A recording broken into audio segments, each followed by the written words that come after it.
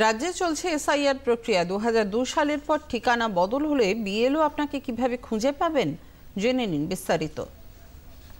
অনেকে জানতে চেয়েছেন যে 2002 সালে ভাড়া বাড়িতে থাকতেন, এখন নিজের বাড়ি তৈরি করেছেন বা ঠিকানার বদল ঘটেছে, তাহলে আপনাকে আপনার বিএলও কি করে খুঁজে পাবেন।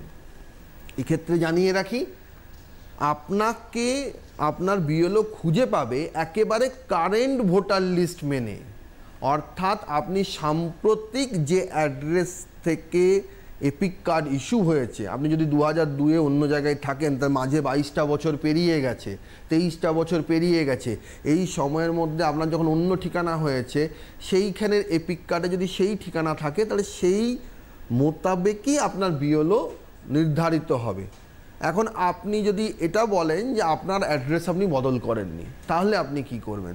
তাহলে সেক্ষেত্রে আপনি আপনার এপিক কার্ডের নাম্বার দিয়ে যেভাবে বুক বিএলও যে অপশানটা রয়েছে, এই যে ইসিআই নেটে অ্যাপে, এখানে এই যে বুকে কল উইথ বিএলও, এখানে আপনার ভোটার আইডি দিয়ে সাবমিট করে এই যে নো ইয়োর বিএলও এই অপশন, নো ইয়োর বিএলওতে গেলেই আপনার বাকি যে প্রসেসটা আছে সেই প্রসেসটাতে আপনাকে সেই উইন্ডোতে নিয়ে যাবে, যেখানে আপনি দেখতে পাবেন যে আপনার বিএলওকে এবং তাকে আপনি একটা কল বুক করতে পারেন। এক্ষেত্রে বলে রাখি, অনেকের এই অভিজ্ঞতা হতে পারে যে আপনি হয়তো 3-4 দিন আগে বা 5 দিন আগের থেকে বিএলওকে বুক করেছেন, কিন্তু বিএলও কোনো রেসপন্স করছেন না। আপনি ঠিক বলছেন, কমিশনের নজরও বিষয়টি রয়েছে।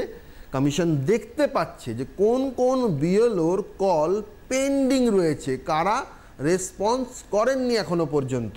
ইতিমধ্যেই রাজ্যের মুখ্য নির্বাচনী আধিকারিকের কার্যালয় জেলা শাসকদের বলেছেন যে সকল বিএলওকে এটা নির্দেশ দেওয়া যে কল পেন্ডিং রাখা যাবে না, আপনাকে কল কিন্তু যেগুলো বুক হচ্ছে সেগুলো সময় করে সেই সমস্ত কল ধরে সেই সমস্ত ভোটারের রিপ্লাই দিতে হবে।